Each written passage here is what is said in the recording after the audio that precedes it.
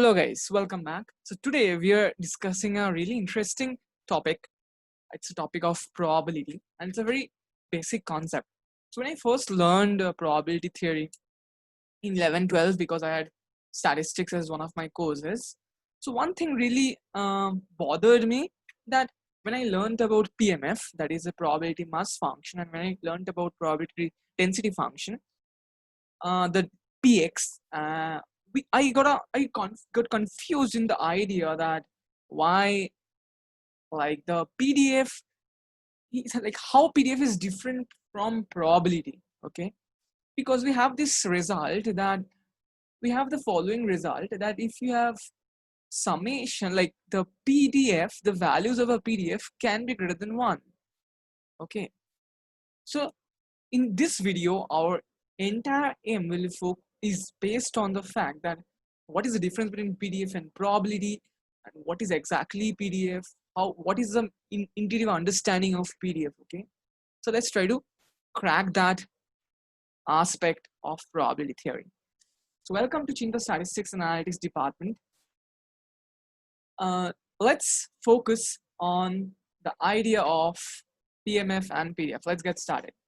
So this is how probability theory proceeds in the whole learning learning path of statistics students, that here you have the corresponding random variable x, which is taking values. I'm doing into discrete random variable x dot xn, say n, and corresponding to each of them its probabilities p1, p2 dot pn. Okay, and what we do, we have a condition that summation of pi, I from 1 to n, must be equal to 1, and pi must be greater than or equal to 0.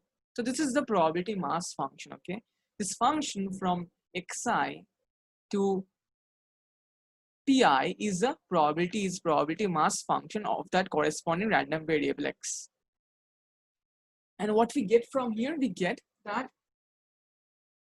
pi is summation of pi is greater than or equal to 0 is equal to 1, and pi is greater than or equal to 0. Therefore it implies that each of the pi must be less than or equal to 1, that the probability is less than or equal to 1 and greater than or equal to 0.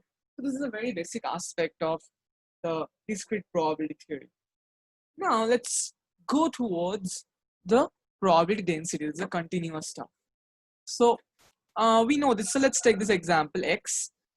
So you know the uniform, it's x follows uniform 0, 1, say.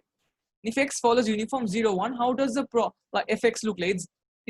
Therefore it's given by the fact that x has a PDF. Okay, this PDF, we will see how it's different from PMF.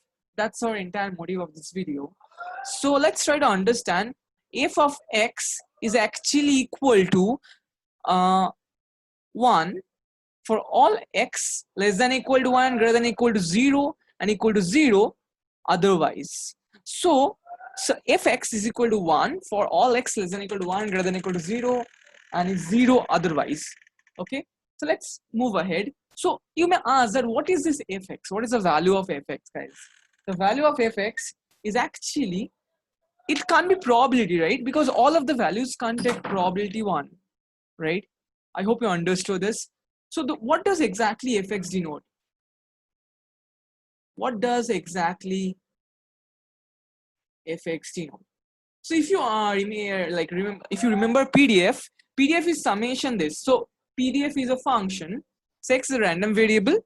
So x is taking values, say in omega, and f of x, like x belongs to omega, this correspondingly f of x will be the function from this x is a function from omega to the, so it's like a set of outcomes that can happen to the corresponding say not 0, 1 but 0, infinity. Okay, such that summation of fx from over this is equal to 1.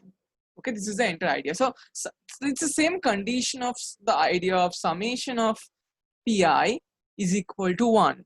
I hope you understood that. So now from 1 to n. Now my question is the following, that how is this, so there's a dx over here, and that's the changing part of the game. How this fx and how this fx is different from pi. Okay, so that is my entire goal to make you understand that. So if you have, so let's take this small example. So you have seen that normal, so you have seen not normal but the uniform 0 1. So uniform 0 1 ka PDF looks like this. There is 0, there is 1 over here. So you can understand that it's 0 comma 1. This length is 1 over here. It's not scaled to the diagram, it's 0 over here. Okay, everything is 0 and everything is 1 in this region, from 0 to 1 region. Okay, so if you observe, this is a PMF is a PDF is actually fx is equal to 1 for all x less than equal to 1 and greater than equal to 0 and 0 otherwise. If you can see, then do this small easy integration, you will see that it's actually equal to 1. So therefore it's a valid PDF. Okay, and fx is greater than equal to 0. Now my question is that does always fx less than equal to 1? Fx is not always less than equal to 1, because just make a small change to this. Just make this small change here and just make this small change here. Okay, so or some changes such that what happens is that the thing you add over 1 here is actually something you add over here. Okay, such that this area is equal to this area. So the new PDF looks like this actually. Okay, now what we have, this area is actually equal to this area. Okay, we have subtracted b from this and we have added b to a to this. Okay, so a is equal to b. So obviously this is a valid PDF. Okay, because fx is greater than equal to 0 and summation of 0 to 1 fx is same because a is equal to b. So the part taken away is same as the part given. So therefore summation is this and therefore everything is fine. So observe that fx is actually equal to greater than 1. Now my question is, if fx is not a probability, then what does it depend? So a probability cannot be greater than 1, right? Then what does fx imply?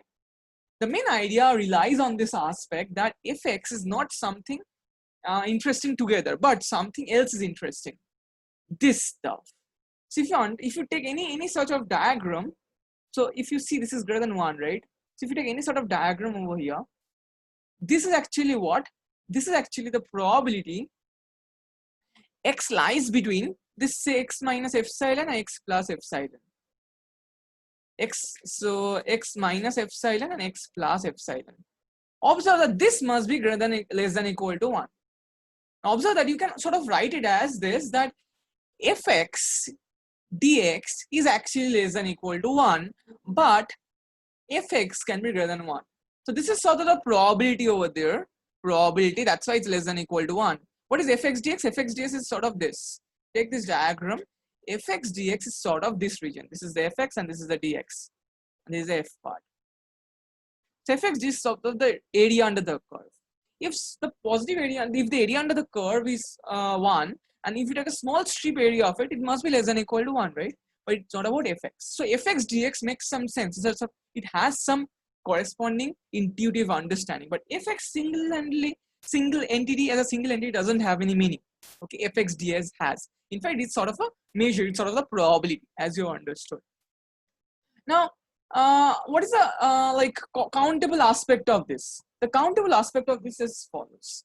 So observe that summation. So what we are doing essentially, integration fx dx is actually what? It's an infinite summation of fn into en, sort of this idea. This is the dx part and this is the fx part, n from 1 to infinity. You can sort of understand like this, such that it is equal to 1.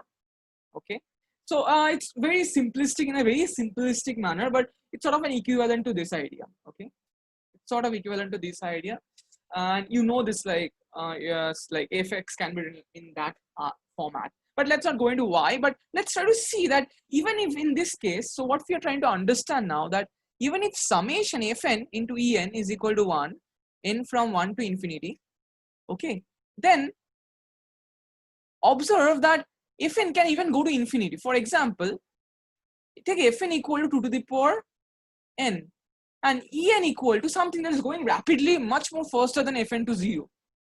That is 1 by 2 to the power 2n. Okay, 1 by 2 to the power 2n.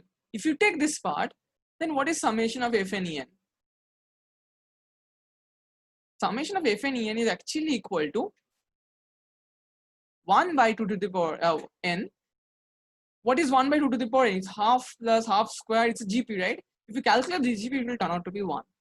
So what does it imply? It's sort of same type of argument over here, that fx is actually going rapidly towards f infinity, okay? And this is going rapidly towards 0. So their product and summation sort of is finite. It's 1, right? So it's sort of, the diagram is like this. You can understand it like, it's like rapidly this. So it's like this. So fn is going very high towards that point, and if surging towards infinity, and en is like going towards 0. So in that is some entire idea that is like over here, okay? That is the entire idea over here. So this sum is actually 1, but fx can be really large. So if 1 is over here and infinity is like this. So this is the entire idea over here. So what I try to mean is that this summation of fn en is actually, fn en individual is actually less than equal to 1, okay? But fn is not individually less than 1. So this is the entire idea that I'm trying to speak to you. Fn is assume and en is greater than equal to 0. But what is happening in case of discrete thing? In case of discrete idea, what is happening is that this en is equal to 1, okay? If en is equal to 1, then fn summation must be less than equal to 1. Like fn must be individually equal to 1, because fn en is actually equal to fn then, which means that fn is less than equal to 1. So in discrete case, that is the entire idea, that en is actually equal to 1. The length is actually equal to 1. So therefore, this is the entire idea, that the difference between PMF and PDF. And I hope you understood at the end of this video that how like the PDF differs from PDF, and how fx as a single entity doesn't make any sense, but fx dx, fn en together makes sense, and together is less than equal to 1, not like single entity, okay? I hope you enjoy the video. So don't forget to like, subscribe, comment, and share your views. And this is our new channel, Chin Statistics and Analytics Department. So please subscribe to it, and see you in the next video. Stay tuned, stay blessed.